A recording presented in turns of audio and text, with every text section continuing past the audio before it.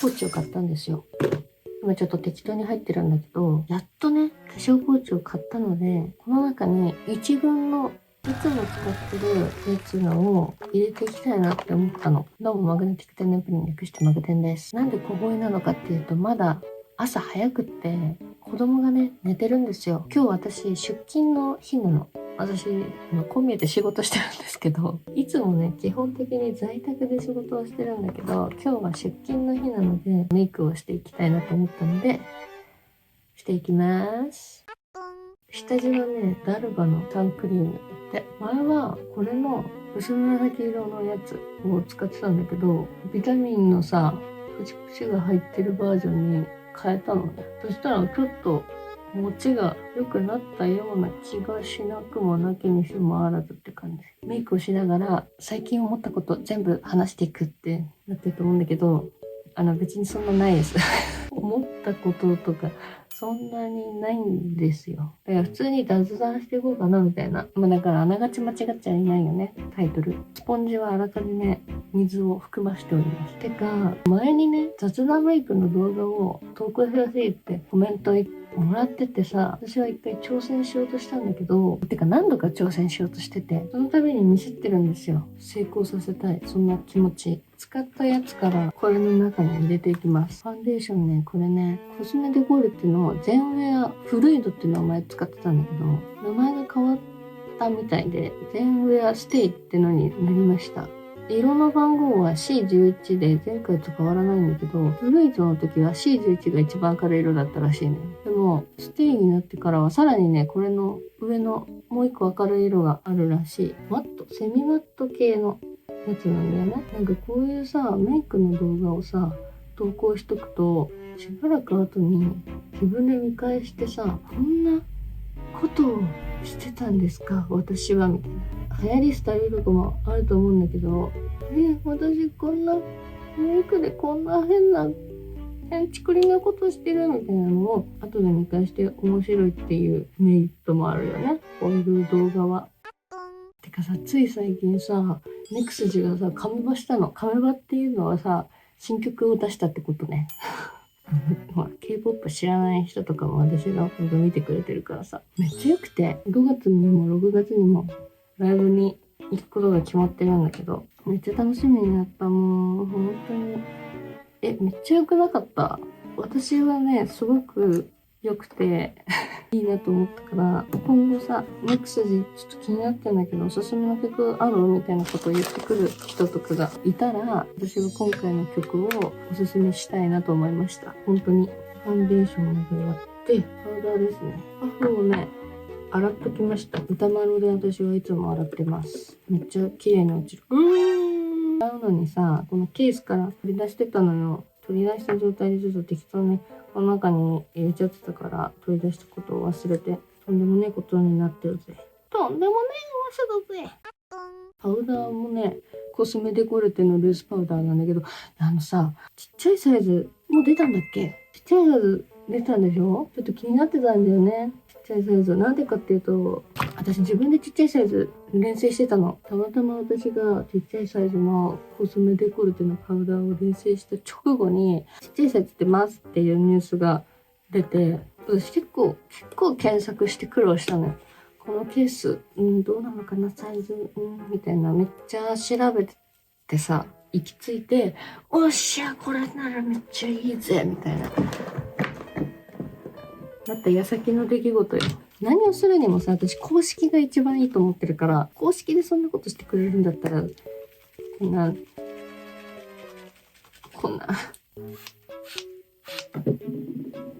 てちょっと思っちゃいましたね。このタイミングで一回ミストをしてます。コンディショニングフィックスミスト RMK。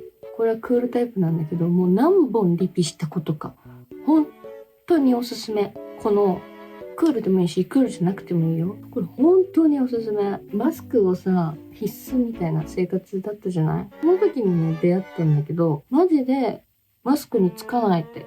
まあ、つくよ。つくんだけど、そりゃね、つくんだけど、つかない。どっち？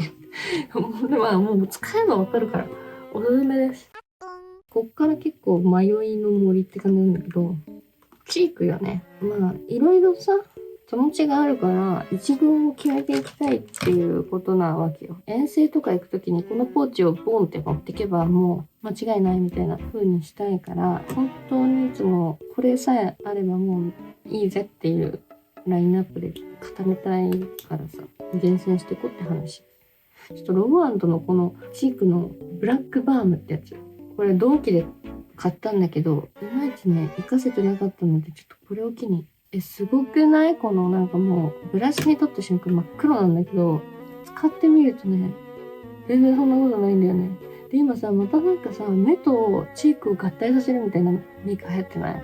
意外とそういう流行りをチェックして。でもどうなの？なんか薄くない？そんなことない。本当に薄付きみたいな感じだね。これでつけたからかな。結局キャンメイクのクリームチークだよな。パールタイプの05番。めっちゃ青ピンクみたいな。まあ、こんなもんで。パーソナルカラー診断に行ったらさ、マジドブルベだったから、マジお前はドブルベだよ、みたいな。それをね、受け止めて生きてる。なんかさ、これ重ね付けしたらなんかちょっといい感じの色かもしれない。クリーム系のさ、チークをした後でも、ちょっと不安だから私はパウダーを重ねたくなってしまうんだけど、これね、デュアルチーク、ハートバロー。これはリスナーさんからいただいたやつ。これもだ。これもです。ありがとう。ありがとう。もうね、最近は、フェイスラインのシェーディングしてなくて、最近はね、ノーズシャドウにしか力を入れてなくてですね、プロの方がね、メイクを私の顔に施してくれるってなったら、フェイスラインにシェーディングもしたりするんだろうなって思うんですけど、私ちょっとわかんないので、鼻にしかしてません。この動画よりも先に Vlog が投稿されてるんじゃないかなって思うんだけど、それの時にこのブラシを買ったんだけど、とても良い。本当にとても良いです。これ、買ってよかった。その動画で購入品紹介的なことをしてる。あとこれ使ったのは Too Cool for School。これずっとさ、使ってきてるんだけど、この度これを新しく買ってみたんですけど、結構自然な感じで、個人的に好きです。しっとり系なんだよ。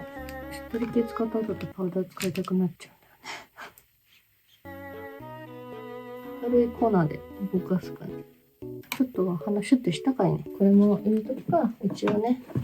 で、ハイライトね、ずっとこれ使ってるけど、別にこれじゃなくていい説感じてる。正直。最近このセザンヌのをバズってたやつ、トーンフィルターハイライトを買ったんですよ。ピンクを。こっちでいい気がする。こっちで良くないですか？こっちでいい気がしているからこっちにしようかな。これさ、無限になくなんねえの。マジ、いつ買ったっけって感じなんだけど。無限になくならないの。コスメってさ、なんか定期的な断捨離必要って言うじゃないですか。いつ捨てていいのかわからない。怖くなってきた。もうなんか湧いてきてんじゃないかって。そんなことないか。お目目のメイクですか？なんかそう思ったこと話すとか言ってたのに何にも話してなくない？私。ネクスティのカメバの話で思い出したんだけどさ、私実は最近ね、ネクスティっていうのはネクスティのことをしてる人のことをネクスティって呼ぶんですけど、ネクスティの友達ができたの。ぼっち推し活勢の極みだったマグテンに一体何がって感じで、あ、私マグテンって名前なんですけど言いましたっけ？というのもですね、私こう見ると友達がいるんですけど友達がいて、友達の友達が私の動画を見てくれてたんだって。一人がネクスティで、一人は布教されてる途中みたいな感じの状況だったのかな？だったんだけど、その子たちが見てる動画が私だったと。で、私の友達が、それ友達ですけど、みたいななって、で、それをきっかけにね、つなげてもらったみたいな。嬉しかったですね。私はあんまりなんか推し活関係の友達作ってなかったんだけど、殴り合いの喧嘩とかにね、なりたくないじゃないですか。最悪でもないんだけど、私最近この皮脂汚れ防止バームを買ったんだけど、これつけるの忘れてた。鼻とおでこにつけたいと思って買ったのに、おでこはまだいいけどさ、鼻はいろいろ塗ったくっちゃったよ。私もともとインナードライ肌、乾燥しすぎて油が出てくるみたいな肌診断の結果的にそんな感じだったんだけど、なんか季節とかによってはさ、おでこと鼻だけやっぱそれが原因なのかわかんないけど、めちゃめちゃ油が出てくるんだよね。嫌だね。おでことかさ、どうしたらいいのか分かんなかったんだよね。それでさ、前髪がなんかちょっと束になっちゃうみたいな。嫌じゃん。なんか無言でアイメイクどんどんしちゃってたんだけど、今のところアイシャドウはこのね、これももらったやつ。マルチアイカラーパレット E サムテフ 3CE。これと、これは買ったやつ。ロムアンドのレザーザンパレット。チキチキガーデン。チキチキガーデン。チキチキブーンみたいじゃん。デイジークのリップペンシル。これローズクリームって色なんだけど、これをね、目尻にドゥンドゥンって、なんかもう、いにしえの時代メイクみたいな。時代メイクではないんですけどね、全然。いにしえの時代メイクみたいなことをしてますけど。ネクスティの友達ができたって話に戻るんだけど、めっちゃ戻るやん。共通の友達、私のもう本当にソウルメイトみたいな友達の友達だったから、それなら壊滅的に会わんこともないだろうみたいな。そうとも限らないんだよね。そういう淡い期待のもとあったから、そんな殴り合いの展開になることは予想してなかったんだけど、オタクってさ、オタクとしての方針が方向性の違いにより解散とか全然あるじゃない。だからどうかなーって思ってたんだけど、全然なんかね、良かった。むしろ価値観合うよりのオタクで安心した。その子と会った時に全く嫌な気持ちになってないんだけど、その私のね、イメージがお金を推し活にぶち込みまくって、でかい段ボールいっぱいに CD がさ、入った状態で家に届くくらい積んでんじゃないかって思ってたんだって。全然そんなことないよって。全然そんなことないよってめっちゃ言った。4トンとか本当はね、頭食ってんじゃないかみたいなことを思ってたって言われたんだけど、マジでそんなことない。アイライン系は全部キャンメイクのやつです。目の下に描く系のラインもこのキャンメイクのやつ使ってました。なぜ過去形使ってます。いつも私が思ってること、そのこと話してて改めて私が思ったりとかさ、いつも思ってることなんだけど、あんまなんかその自分のさ YouTube とかの動画の投稿のスタンスとかあんまなんか語る、動画から伝わってにじみ出てないのにさ、語るってなんかちょっと結構ダサいかなって思って、あんまりしない方がいいなって思うんだけど、あんましない方がいいと思ってることをするのはどうなのかなって思うんだけど、こんな動画さ見てる人なんて私のこと好きな人しかどうせこんなとこまで見てないだろうからとか言っちゃうのもなんだけどさ、まあこれはいい機会だから話しちゃうかなーって思うんだけど、私はさ、なんかその K-POP に自分が今ハマってるから K-POP の推し活の動画を投稿してて、そういうきっかけでさ結構知ってくれる人とかもいてっていうね流れではあるんですけど、 K-POP ってさちょっとさハードル高いというかなんか難しそうみたいな、押すの大変そうみたいな思う人もいるっぽいんですよ。私の周りに結構いろんな界隈のオタクたちがいるんだけど、なんか K-POP って難しそうだよね。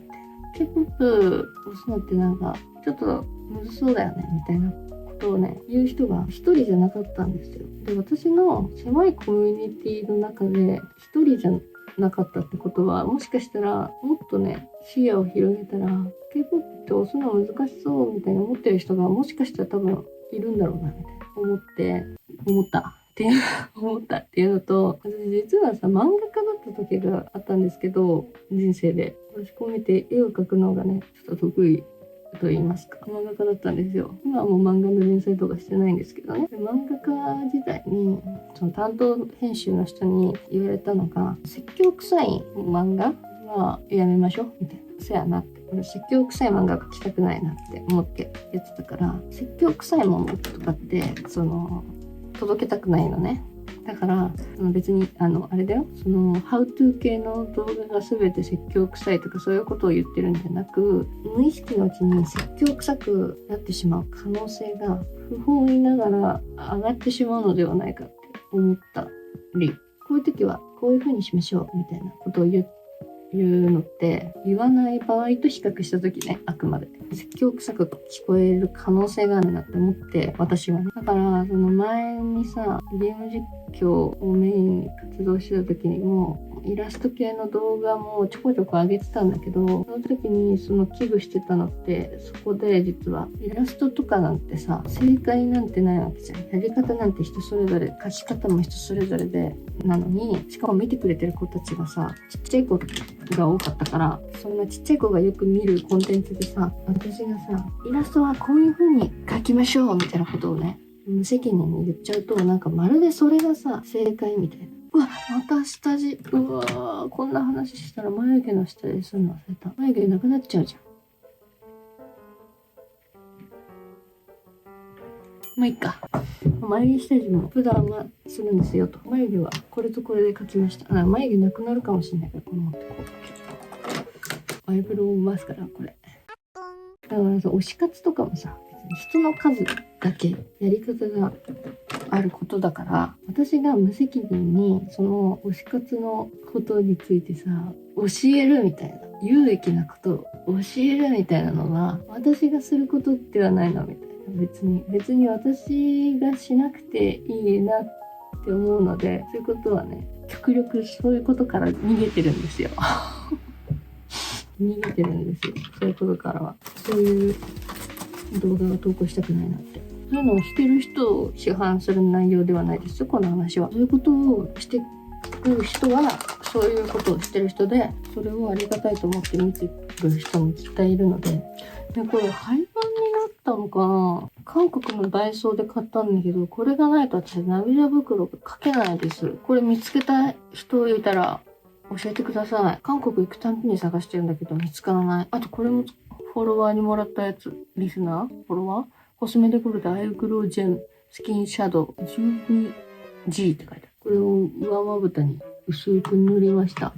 上まぶたあんまりメイクしない派なんだよね。目と眉毛の距離近くない私。これなんでかって前なんか別の動画で話したと思うんだけど、まぶたを全切開。目頭切開はしてないんだけど、目の上だけね、切って二重を私整形で作ってるんですよ、これ。整形してるんです。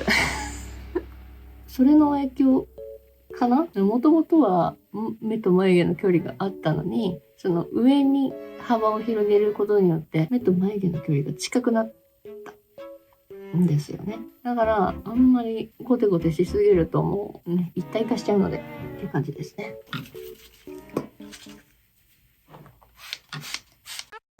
だからさ、私はもっとさ、手前の位置で、浅瀬のところで、私がさ、スキズかっこいい、スキズのライブ楽しい、遠征楽しい、推し活楽しい、ネクスジかっこいい、みたいなことを言ってることによってさ、ネクスジちょっと気になってるけど、どうなんだろう、スキズちょっと気になってるけど、どうなんだろう、みたいな人がさ、気軽にこの人楽しんでるし、気軽なんだ、K-POP って思ってくれた方がさ、仲間が増えて嬉しいじゃん。私の力でね、ネクスジを有名にしていこうとか全く思ってないし、私の力でスキズが有名になってくれたら嬉しいとか、そういうことは別に思ってないんですよ。私別にただのオタクで、ネクスジにとっての何かでもないし、スキズにとっての何かでもないし、JYP にとっての何かでもないので、そんなことは全く思ってないんだけど、あくまで私の場合はっていうだけであって、そういう思いでね、YouTube とかで発信してる人のことを否定するつもりは全くないですよ。CD とかも自分の買いたい範囲、買える範囲でしか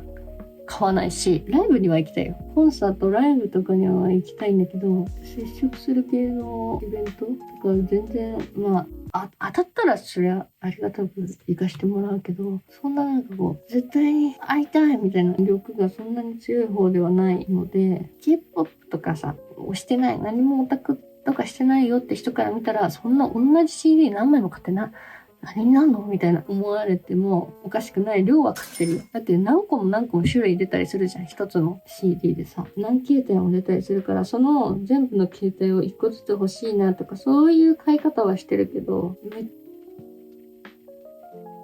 ちゃたくさん買うとかは、したか。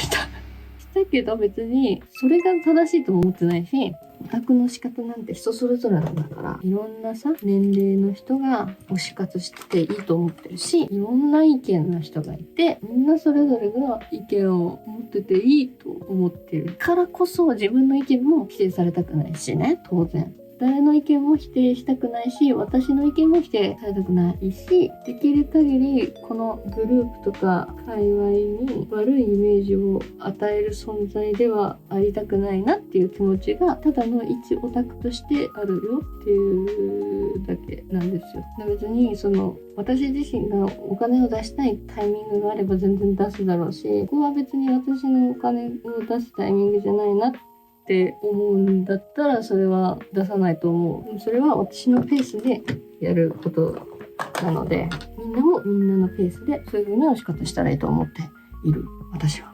っていう価値観がすごくマッチする子だったんですよ。そこに行き着くんかいって感じだけど。だからね、すごくね、いい出会いだったなって思います。ひたまつげのつけまをつけました。これめっちゃいい。良すぎてあんまり教えたくないくらい。Amazon で買いました。探したい人は探してみてくれよな。こういうことしてるからだな。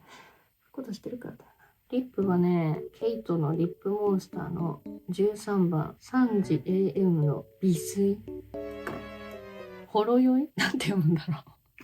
と、ロム&メルティングバームのカヤフィグ。これがね、結構好きですね。06番。最近これが結局そういった機会なんじゃないかと思ってます。リップモンスターとロム&のリップは持ち歩こうかなって感じですね。完成してしまった肉が。あと、カラコンも入れようか。カラコン後で入れよう。このポーチめっちゃ可愛くない？プラザで買いました。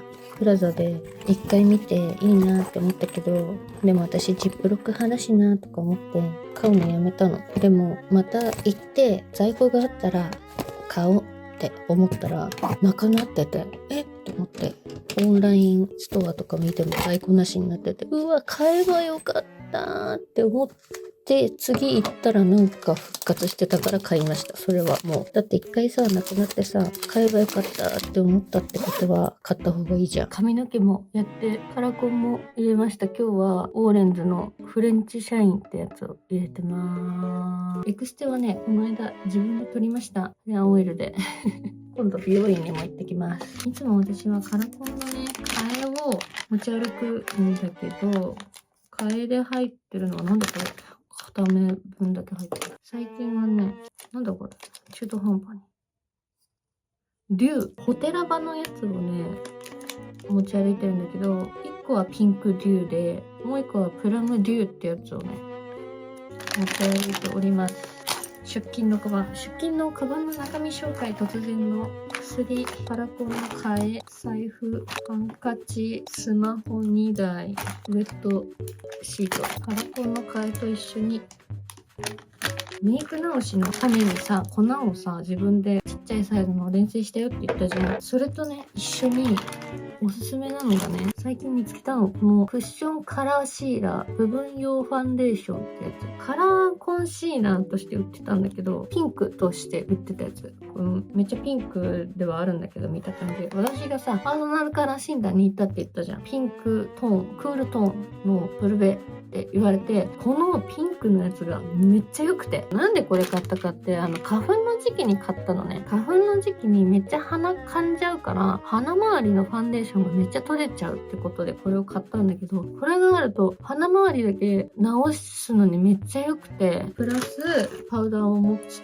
のと、これはキャンメイクのノーズシャドウメーカー。これをちっちゃいサイズのやつを持ち歩いてたら、もう鼻が生き返るわけ。おすすめ。メイク直し道具をカバーに入れて、あともう一個が、これはメガネケースなの。この中に土入りのいつものメガネを入れて、こっちにね、無印の使い捨てのメガネ拭きを入れてるんです。これね。キーホルダー的な感じでカバンにつけられてめっちゃいいですよ。あとね、仕事で使うような道具はこっちに入れて持って行ってます。以上。じゃあ、そろそろ行かないと。また動画投稿します。バイバーイ。